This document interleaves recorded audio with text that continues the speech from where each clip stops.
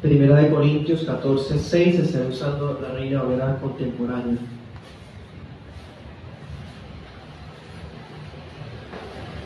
Preservación y legibilidad de las Escrituras. Dice: hermanos, ¿de qué les serviría a ustedes que yo fuera a visitarlos y les hablara en lenguas, a menos que les comunicara alguna revelación o conocimiento o profecía o enseñanza? Si los instrumentos musicales como la flauta o la cítara no tuvieran un sonido claramente distinto, ¿cómo podríamos distinguir entre la música de flauta y la música de cítara? Y si el toque de trompeta resulta incierto, ¿quién se alistará para el combate? Lo mismo pasa con ustedes. Si no usan la lengua para comunicar un mensaje claro y comprensible, ¿cómo se va a entender lo que dicen?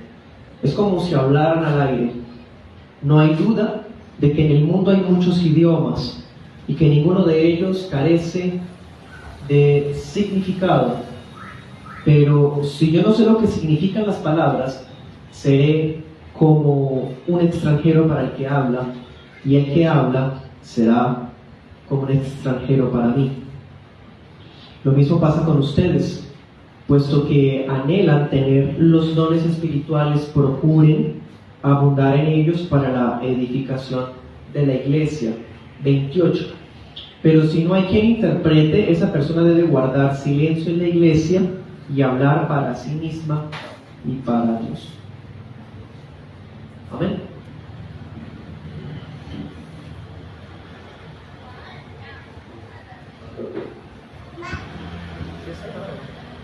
Es que veo la pantalla. Pero está...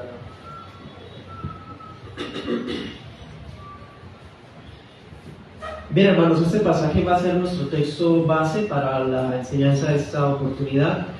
Hoy es nuestro 8º atributo que vamos a estudiar, pero vamos a ver dos en uno. Vamos a ver dos atributos en uno. Vamos a ver la preservación en el primer punto y la legibilidad en el segundo. Pienso que ambos temas pudiesen extraerse de eso que acabamos de leer. Bien, entonces, básicamente la preservación, vamos a estar viendo cómo Dios con su gran poder y buena voluntad conservó que los escritos que Él inspiró hubiesen llegado a nuestro alcance. Y el tema de la legibilidad tiene que ver con esa posibilidad de que nos fueran entregados en nuestro propio idioma. ¿Sí? Eso es lo que vamos a estar estudiando en esta noche. Primer punto, la preservación de la Biblia, de los textos originales. Cuando hablamos de textos originales, necesariamente tenemos que pensar en la Tanaj y en los libros del Nuevo Testamento en griego. La Tanaj es el Antiguo Testamento en hebreo, porque resulta que los primeros libros de la Biblia, que son los del Antiguo Testamento, fueron escritos en el idioma del pueblo de Dios de ese momento, que era Israel. Israel hablaba en hebreo. Debido a la influencia de su alrededor, hubo cierta influencia también en el idioma con relación al judaico, al arameo y demás actualizaciones de idioma, pero básicamente el hebreo es el idioma propio de Israel del Antiguo Pacto. Anote este texto, Romanos 3:2. En este texto, ya lo hemos leído antes, ¿se acuerdan? Decía que las escrituras inspiradas del Antiguo Pacto, es decir, los escritos de los profetas, les fueron confiados a los israelitas. ¿Sí? Y el Nuevo Testamento fue compuesto en griego koiné, que era el idioma que se usaba popularmente, era el idioma más conocido entre las naciones de su tiempo porque tenía efectos comerciales, algo así como lo que hoy es el inglés americano. ¿Sí? Esas cosas ya las vimos especialmente cuando estudiamos canonicidad, pero las recordamos porque si vamos a hablar de preservación, necesariamente debemos recordar de dónde provienen las escrituras y de qué manera nos fueron entregadas. Las escrituras fueron inspiradas directamente por Dios en esos idiomas, en hebreo y en griego. ¿Sí? Según Timoteo 3:16, ahí es cuando dice, toda la escritura es inspirada por Dios, y está refiriéndose a esos textos originales, aquellos textos que se acuerdan que ya eso lo vimos, los textos autógrafos, los que fueron escritos con el puño y pluma de los autores inspirados por el Espíritu Santo. Lo mismo aplica para con el Nuevo Pacto, el Nuevo Testamento. Cada una de las epístolas, las cartas que se mandaban entre las iglesias, aquella que fue escrita con el puño y pluma del apóstol, cualquiera que haya sido, ese era el texto original. ¿Sí? Pues viene entonces una cuestión. Ninguno de esos documentos existe hoy. Ninguno. Es imposible. Además, que los materiales no permitían que estos libros durasen más allá de 2 o 3 siglos. Por lo tanto, un tema que también ya vimos, fue requerido la participación de escribas que se dedicaran a la transcripción de los manuscritos. Pues bien, cuando hablamos de la preservación, ahí es donde estamos viendo el poder de la mano de Dios, porque partimos de este principio. Si Dios inspiró las escrituras con su Espíritu Santo, entonces Dios con su Espíritu Santo preservó esas escrituras. Si bien esos papeles, o papiros mejor dicho, se desintegraron con el pasar de los tiempos, la transcripción se mantuvo incólume, es decir, intacta, preservada. Fueron mantenidos puros por el cuidado de Dios y por la providencia de Dios. Esos libros luego se les llama apógrafos. No son los originales, los autógrafos, sino una copia de los autógrafos, y a esas copias se les llama apógrafos. Bien, los apógrafos no fueron los libros inspirados por Dios, pero la transcripción que aparece en los apógrafos sí contiene la palabra de Dios. Me explico. Algunas vertientes liberales dicen que no es posible que tengamos la Biblia original, que de hecho la Biblia realmente ya no puede ser digna de confianza porque ninguno tiene la verdadera palabra de Dios, y lo hacen basado pues en esos argumentos propios del paso del tiempo. Pues bien, hermanos, ese argumento es natural que surja de un corazón que duda de la inspiración de las Escrituras. Todo aquel que rechaza la inspiración plenaria, es decir, la inspiración de cada coma, cada i, de cada letra, lógicamente va a negar la preservación. Si la persona pone limitaciones, objeciones a que fueron inspirados por Dios, los escritos y cada palabra, pues lógicamente va a poner en duda que lo que tengamos ahorita sea verdaderamente la palabra de Dios. Entonces comprendemos por qué el corazón incrédulo tiende a cuestionar o a dudar de la veracidad. Sin embargo, aunque no tenemos los libros originales, o sea, los que fueron escritos con el puño y letra de ellos, de los apóstoles y profetas, sí tenemos la auténtica palabra de Dios. Mateo 5:18 nos lo expresa. Dice, básicamente, puede pasar el cielo y la tierra, pero mis palabras no van a pasar, ninguna jota, ninguna tilde.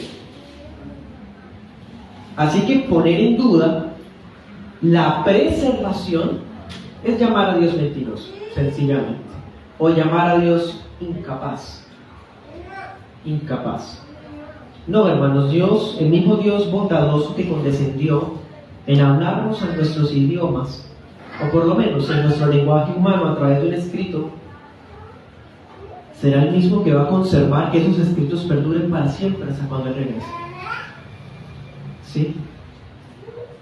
Entonces, esta preservación incluye ambos testamentos, y esta preservación se valió de muchos medios humanos de cada época.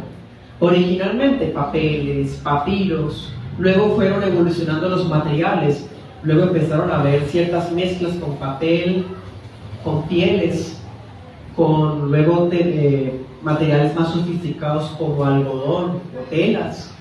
Luego apareció la imprenta, luego aparecieron los códices con manuscritos, luego se recopiló el Textus Receptus y hoy día hay bases de datos. O sea, dense cuenta, ha habido una evolución de las formas como la preservación se lleva a cabo, pero siempre ha estado presente. Siempre ha estado presente. Bien, también ya hablamos hace unas enseñanzas atrás que reconocemos, y es evidente, que existen muchas adulteraciones, variantes y errores tipográficos, ortográficos, gramaticales y demás. Algunos abusos interpretativos y algunos abusos a varios versículos. Algunos fueron quitados, otros fueron añadidos y así sucesivamente.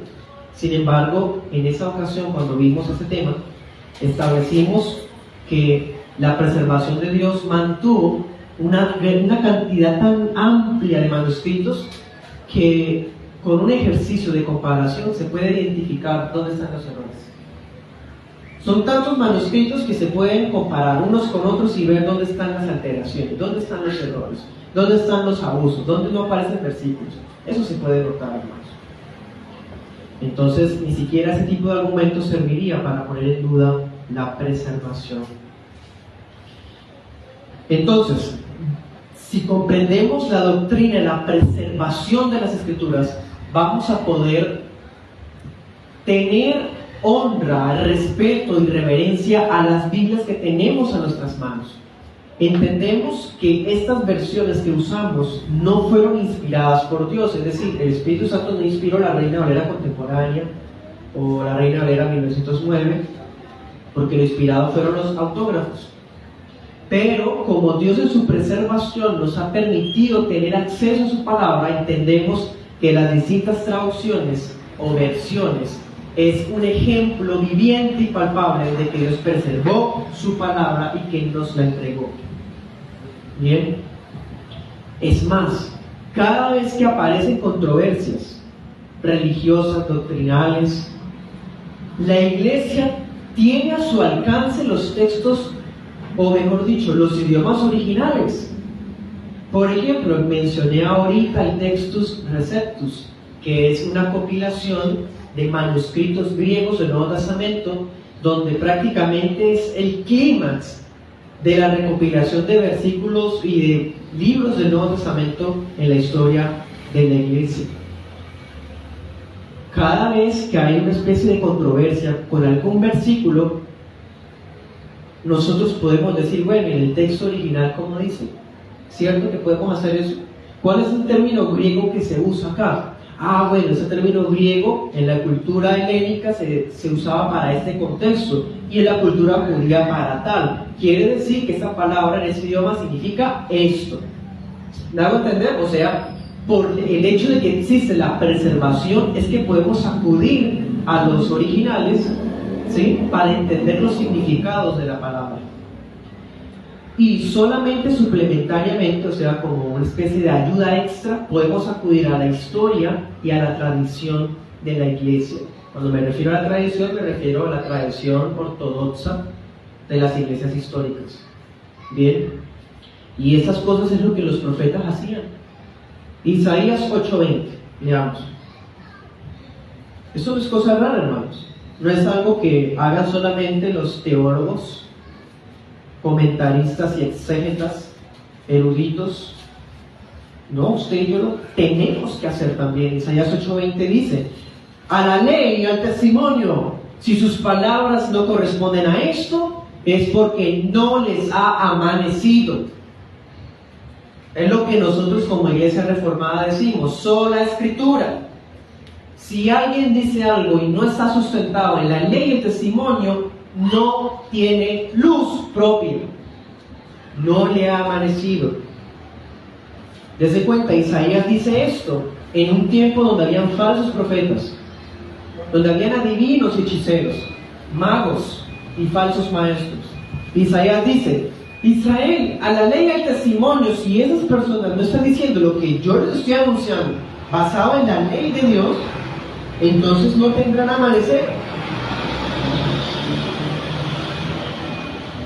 Los apóstoles hicieron el mismo ejercicio, ¿no? De Hechos 15:15. Allá usted puede ver cómo citan las escrituras. Los apóstoles decían, los profetas escribieron tal y tal cosa, dijeron tal y tal cosa, ¿sí? Y a través de las escrituras comprobaron la identidad de Cristo una y otra vez. Y saben, ninguno de ellos, ni profetas, ni apóstoles, pudiesen acudir a la palabra de esta manera si no creyeran en la preservación. En cambio, hoy día escucha uno personas incrédulas, escépticas, que dicen prácticamente, no podemos creer en un libro manipulado por hombres. Eso de por sí es un prejuicio malvado. Es poner en duda el poder de Dios. Y saben, no solamente profetas y apóstoles, Cristo mismo también lo hizo. Juan 10:34. El Señor Jesús también acudía a las escrituras, las citaba textualmente, acudía a ellas para corroborar su mensaje. Y así sucesivamente, hermanos. Este fue el ejercicio de los apologetas, los primeros apologetas de la iglesia, los padres de la iglesia, los teólogos, los reformadores y las iglesias históricas. Una y otra vez nos caracterizamos por hacer esto, a la ley y al testimonio. Amén. Segundo punto, la legibilidad de las escrituras. Bueno, si la Biblia fue inspirada en idiomas que para nosotros están muy lejos,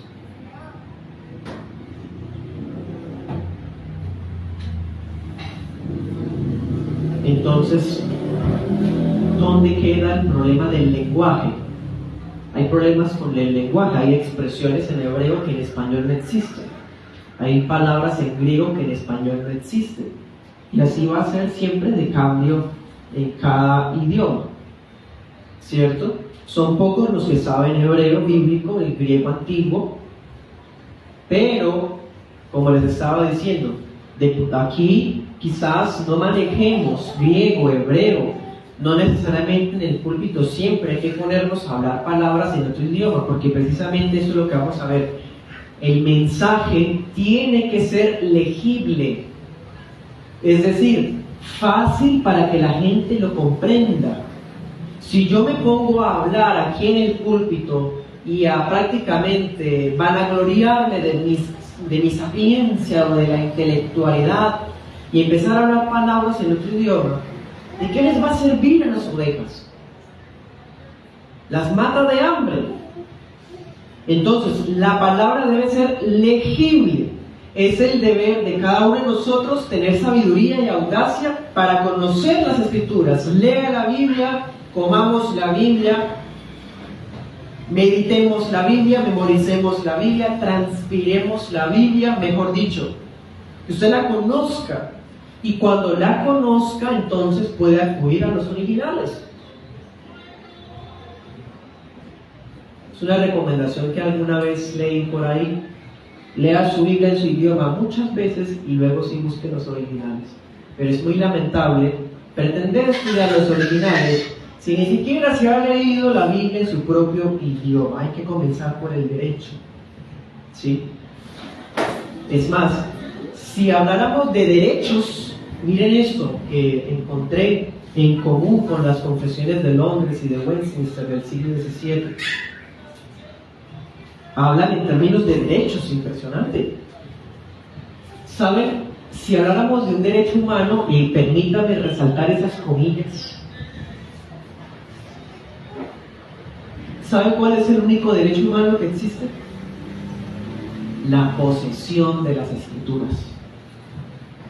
Ese es el verdadero derecho que Dios nos da, nos garantizó con su preservación, y es el derecho de cada uno tener una Biblia en su idioma. Si habláramos de derechos, tener la Biblia es el primero de ellos.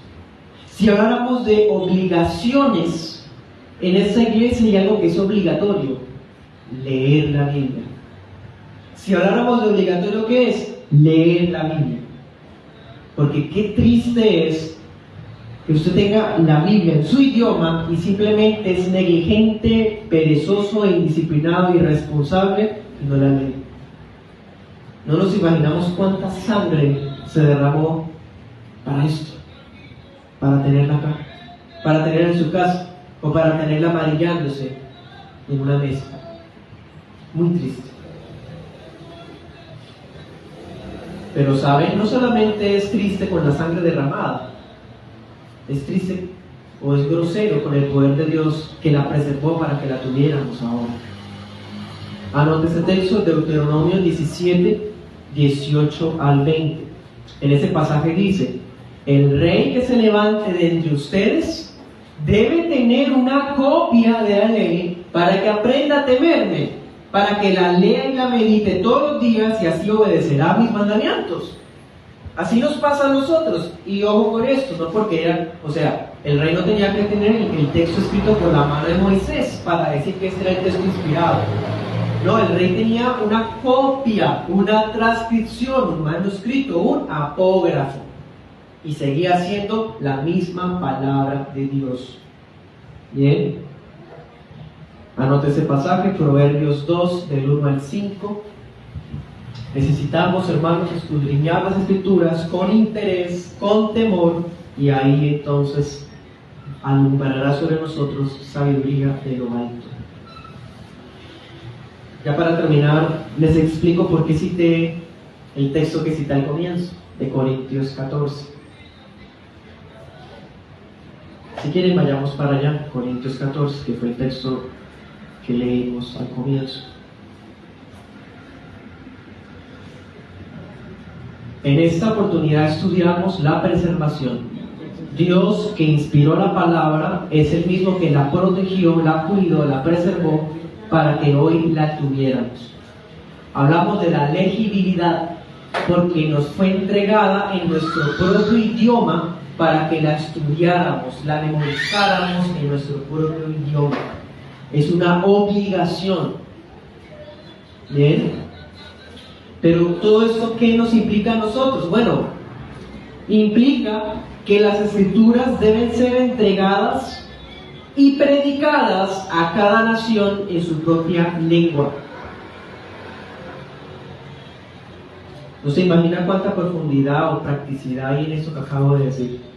Las Escrituras deben ser entregadas y predicadas en cada nación en el idioma de la gente que oye.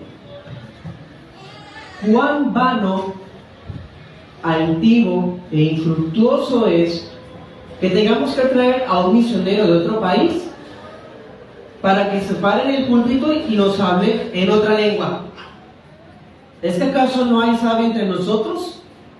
¿No hay entre nosotros un maestro capacitado para explicar la palabra? Bueno, y si la iglesia tuviese el privilegio de contar con el servicio y el apoyo de un hermano de otro país, tiene que hablarnos en el idioma de nosotros.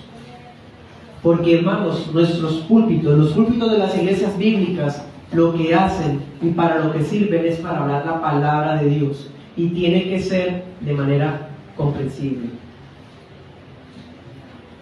Esas lenguas, nuestras lenguas, que fueron confundidas en Babel, fueron vencidas en el aposento alto de Pentecostés. El don de lenguas original, por ejemplo, el don de lenguas original, no el falso que hoy se escucha en sectas. El don de lenguas original era la garantía, la prueba de que la obra misionera se estaba cumpliendo con excelencia. El Espíritu Santo, donde fuera que el apóstol o el evangelista llegara, el Espíritu Santo le regalaba el idioma para que hablara en el idioma donde la gente estaba escuchando el mensaje. Entonces, nosotros estudiamos, por ejemplo, hace unos años la vida de cada uno de los 2 apóstoles y vimos dónde fueron cada uno. Varios de ellos estuvieron en Persia, en Irak, lo que hoy día es Irak. ¿Ustedes creen que fueron hablando en hebreo o en griego? cualquiera haya sido la lengua que se hablara allá, el Espíritu Santo se las daba porque eso era el don de lenguas. No era tararear palabras sin sentido, glosolalias, griberish se llaman, en el idioma de niños, o demás palabras o frases que más bien parecen problemas psiquiátricos. Entonces, por un lado, el don de lenguas original garantizaba la obra misionera por excelencia. Hoy día, las iglesias confesionales no admitimos la vigencia de dones de lenguas. No creemos que estén vigentes esos dones. ¿Por qué? Porque hoy día, por la providencia de Dios, contamos con editoriales internacionales, sociedades bíblicas capacitadas en lenguas, que sin necesidad de haber recibido el don extraordinario, brindan de manera incondicional Biblias en cientos y cientos y cientos de lenguas nativas. Y sin enumerar que hay muchas lenguas que todavía no tienen Biblia, hermano. Así que ya no se necesita el don de lenguas porque ya se está haciendo la labor de otra manera.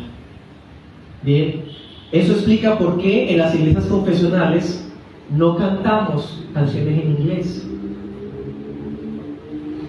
No se puede hacer interrupciones en otro idioma. Alguien que llega a nuestra iglesia y de repente, de pronto en la escuela bíblica pregunta en portugués. No se puede. No puede hacerlo. Básicamente por 5 razones. Primero, estamos comprometidos con la salvación de la gente. Y esto es por la palabra de Dios. Segundo, estamos comprometidos con la comprensión de la palabra. 1 Corintios 14, 24. Dice, si todos ustedes profetizan y entra algún incrédulo o alguien que sepa poco de la fe cristiana, esa persona podrá ser reprendida y juzgada por todos ustedes. En otras palabras, si se está hablando la palabra desde el púlpito de manera clara, comprensible, hasta el más impío que nunca haya conocido de Dios ni haya leído la Biblia, se va a reargüir. Va a ser confrontado por la palabra porque se está hablando comprensiblemente. Pero si en el púlpito se ponen a hablar de manera emocional o en otro idioma, el que llega nuevo ni va a entender. ¿Y qué dice el mismo apóstol en el contexto? Va a decir que ustedes están locos. El mismo apóstol habla así en Corintios 14. Tercero, porque es nuestro compromiso que todos estén llenos de la palabra. Usted tiene que llenarse de la palabra y por eso en las iglesias confesionales acostumbramos, por lo menos las pequeñas, a que todos estemos reunidos en un mismo lugar. Los niños por eso no se apartan, se quedan en la misma iglesia para que todos sean igualmente beneficiados con la predicación de la palabra. Cuarto, si conocemos la palabra en nuestro idioma, sabemos cómo adorar a Dios, cómo exhortarnos mutuamente. Colosenses 3:16, se los leo. Dice, la palabra de Cristo habite ricamente en ustedes, instrúyanse y exhórtense unos a otros con toda sabiduría, canten al Señor salmos, himnos y cánticos espirituales con gratitud de corazón. ¿Qué está diciendo el pasaje?